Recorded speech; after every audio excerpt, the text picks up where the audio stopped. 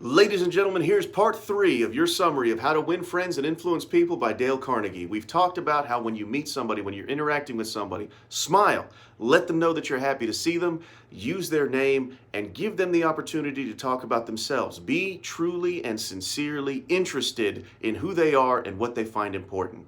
Now, if you forget everything else that we talked about in parts 1 and 2, and if you never read Dale Carnegie's book, you can remember this.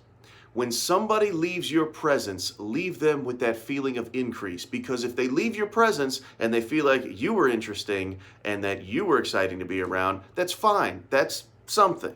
But if they leave your presence and they feel like they themselves are the most interesting, exciting, and important person on the planet, then you have done something that they will never forget. You have powerfully changed their opinion about themselves, and you have solidified their positive opinion about you.